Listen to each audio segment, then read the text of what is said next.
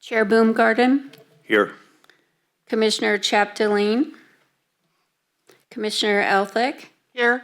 Commissioner Munger, Commissioner Stevens, Here. Commissioner Ziegenmeier. All right, item number 2 is the approval of the agenda. See a motion for that, please? I move that we approve the agenda. Second. Have a motion and a second. All those in favor signify by saying aye. Aye. Any opposed? Hearing none, item number 2 is passed unanimously. The minutes. Item number 3. Everybody good with the minutes from the last meeting? Yep. Can I hear a motion then? I approve that we accept the minutes. Thank you, Commissioner. Have a second? Second. A second. On item 3, all those in favor signify by saying aye. Aye. Aye. Any opposed? Hearing none, number 3 passes unanimously. Public comment. Members of the public are invited to address the commission on any matter of interest to the public that is not on the agenda for a period of time not exceeding 5 minutes. Pursuant to the Brown Act, the commission cannot take any action on items not listed on the posted agenda, but may add to a future agenda matters brought up under public comments for appropriate action at a future meeting. Any public comment? Go ahead. Whose? Oh, Anita. When you, you're good. It's not, but we're not talking right now. Thank you, though, for bringing it up. Business, anybody else from the public? Okay, seeing none. Item number 5, LAFCO fiscal year 2025-2026 preliminary budget. Mr. Libby. Yes, thank you, Mr. Chairman. As I think most of you know, LAFCO's budget it comes before you annually. Typically, so the state law requires LAFCO's adopt a preliminary budget by May 1st and then a final budget by June 15th. Now, due to our LAFCO's bi-monthly meeting schedule, that usually means that we bring forward the preliminary budget in March and then the final budget at your May meeting. The LAFCO law also specifies how LAFCO's budget is to be apportioned amongst the agencies. Sutter County is required to pay 1/3 of LAFCO's budget. The second 1/3 is actually funded by the cities. The way the formula works, Yuba City typically pays around 90% of that cost, with Live Oak around 10%. And then the last 1/3 of LAFCO's budget is paid by the independent special districts of the county, and that 1/3 is divvied up amongst them. Once the final budget is adopted, and so for the record, 204, we have Commissioner Munger has joined. Once the final budget is adopted, we provide your resolution to the Auditor Controller's Office, and then they make a request to all the agencies by July 1st of each year. So we have prepared a proposed balanced budget for your consideration. It totals $147,500 for next fiscal year. That is a drop of almost 31% from our current fiscal year. There are several factors for that. One is reduced costs of completing municipal service reviews. We're also refining the expenditures based on what we see as the actual need. And part of that, where that comes from is, you might remember I came back to LAFCO in July of 2023. So last year was the first year that I put together the budget. So seeing how the budget goes, we think we can refine some of those costs. That also has reflected in, we think we can do budget less money for staff services, about 15%. Due to receiving a couple new annexation proposals, unlike the last couple fiscal years, we believe we're going to have revenue coming in from application fees. You may remember that your proposals that you consider are actually deposit-based, so it's a real-time cost that applicants pay. Your budget proposes a general reserve of $186,000. This works towards achieving a $250,000 commission reserve for the future. You might remember at our last meeting, we conducted a mid-year budget review. And at that time, we brought forward the idea of future municipal service reviews. And we suggested that the city of Live Oak, because they haven't had one for quite some time, be the first agency for that. And with that, the commission asked that I look at getting a price quote, which we went to our existing consultant, RSG, and that cost has been estimated to be $50,000. So that's roughly half the cost of what we're spending this fiscal year on municipal service reviews. That's covering 2 independent fire agencies, multiple county service areas, as well as the City of Yuba City's fire department. We also brought forward to you, at your request, a suggested priority list for future municipal service reviews. We included the list as attachment 3, but you'll see that color-coded, red, yellow, and green. With a focus on safety, we looked at prioritizing either drainage districts, levee districts, reclamation districts first, as well as the City of Live Oak. Category 2, the yellow category, would be miscellaneous districts, water districts. And then the final grouping would be either agencies that have recently had, they would be put off to the later part, agencies that have recently had a municipal service review, or cemetery districts would be the last block of agencies. And I'm certainly open to discussion and consideration the commission may have. So with that, with your preliminary budget, staff is recommending you conduct a public hearing and then provide any recommended changes, and then adopt a resolution approving a preliminary budget for fiscal year 2025-26. And I'm happy to answer any questions. Thanks. All right, thanks, Mr. Libby. Any questions from the commissioners before we open the public hearing? Seeing none. Okay, at this time, we'll open up the public hearing for any questions or comments regarding the budget and the attachments. Nobody? Not even you, Ben? All right. All right. Through the chair, Yes. I only have one comment, and it's for Mr. Libby, and to thank him for bringing down the cost of the budget. I appreciate that. As a taxpayer, I appreciate it. Okay, go ahead and close the public hearing, bring it back for any comments from the commissioners. Thank you, Ms. Elphick. Anybody else? I would like to say thank you. I appreciate the prioritization of the MSRs as well. I know that gives us kind of a framework to go forward on, and I certainly believe that you've done, that prioritization looks good to me. Anything else from the commissioners? Okay, hearing none, I look forward to a motion. I'll make a motion. I'll second it. Okay, we have a motion and a second for item number 5, our 25-26 preliminary budget. All those in favor signify by saying aye. Aye. Any opposed? Hearing none. I don't need roll call on that, or do I? Thank you, council. All right, it passes unanimously. Moving on to item number 6, the executive officer's report. Again, Mr. Libby. Yes, Mr. Chairman. So I have a few items to cover with you. First is the Comprehensive Fire MSR SOI update. As the Commission is aware, we provide monthly updates via email out to the Commission on the status of completion. I also wanted to add to the most recent email distribution that I am anticipating the administrative draft of the report being received by the end of this month, or hopefully a little sooner. To give you an idea of scope, so right now the document, we're looking at about 81 tables and maps, and documents around 180 pages. So and remember, that covers all the county service areas for fire, that covers City of Yuba City, and 2 independent fire districts. So the next steps would be I would review the administrative draft, provide comments back to the consultant. Then we would release that administrative draft to the advisory committee, which is made up of the fire districts, the head of all the fire agencies.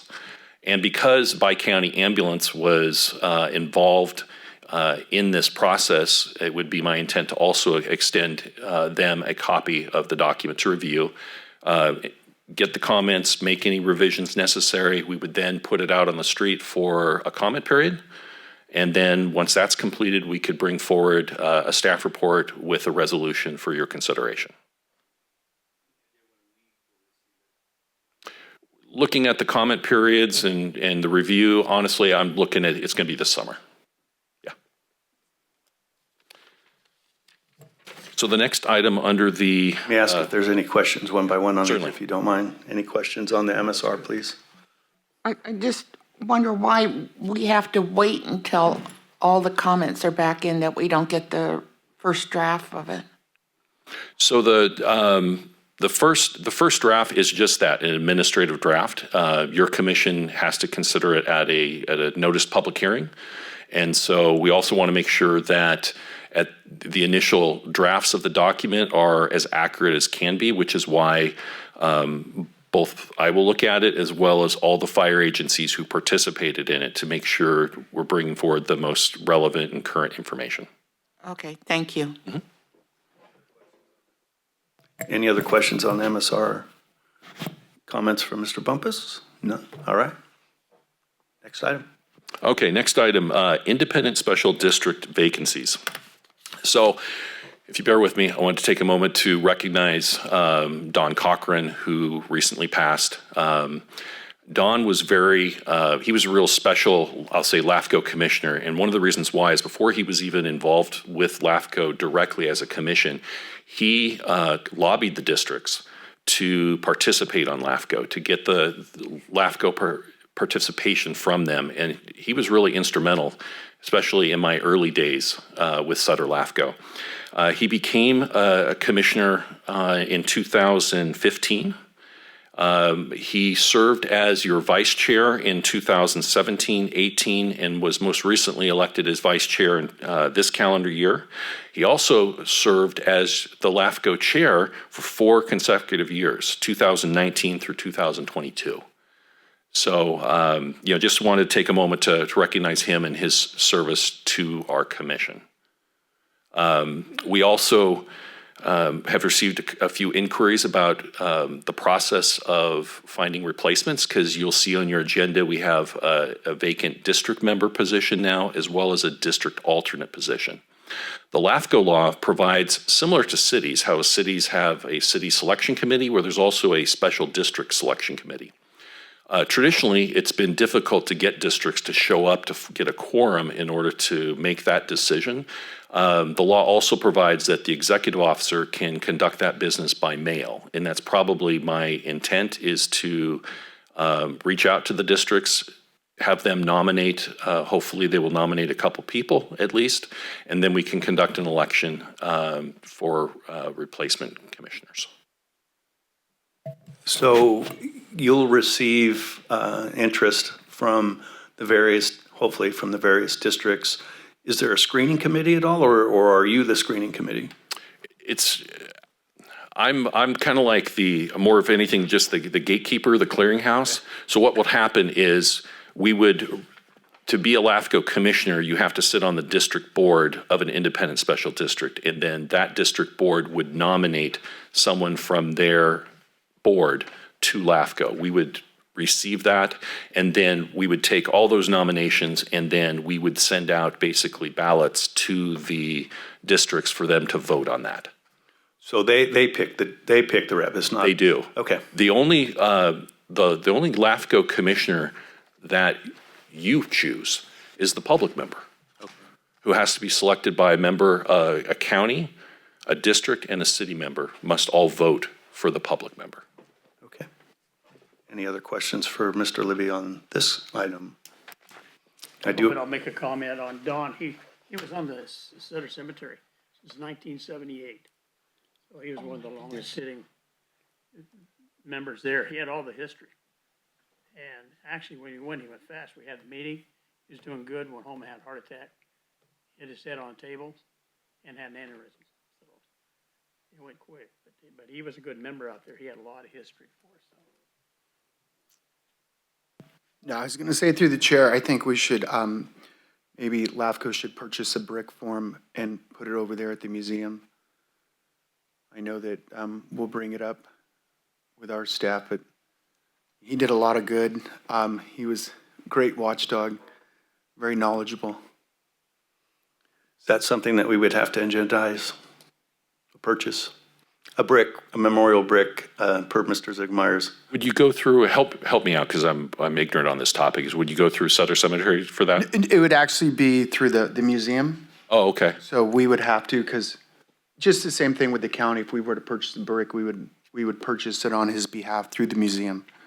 So we can find out more details about that, and if we need to, we could return by the next commission meeting. Perfect. I'm sorry. Sure. Yeah. Since you're the public. Thank you. Just to let you know, I'm on the Museum Association Board, and it's a tile, not a brick, and it's $160. And that's, you'll go to the museum, pay the fee, and tell them what you want on it, and it will be done. It's either you got to get it done now, so I'll do it before summer. They only do the tile work either in the spring and in the fall, because in the summertime it'll crack the bricks, the people that do it. So I just want to let you know, we've had several done in the last couple of years. So I just want to let you know that's how that works. So if you did it now, if you didn't get it in the spring, it would be done in the fall, and it's $160. Where are they at, Manny? At the museum, you go to the museum. Oh, there's a tile, when you go in the front door, everything on the left, all those tiles, everything on the left is how that works. All right, thank you. Great, thank you. I appreciate that. My comments on Mr. Cochran, I don't know that I've been involved with LAFCOs over the years, just like Commissioner Munger.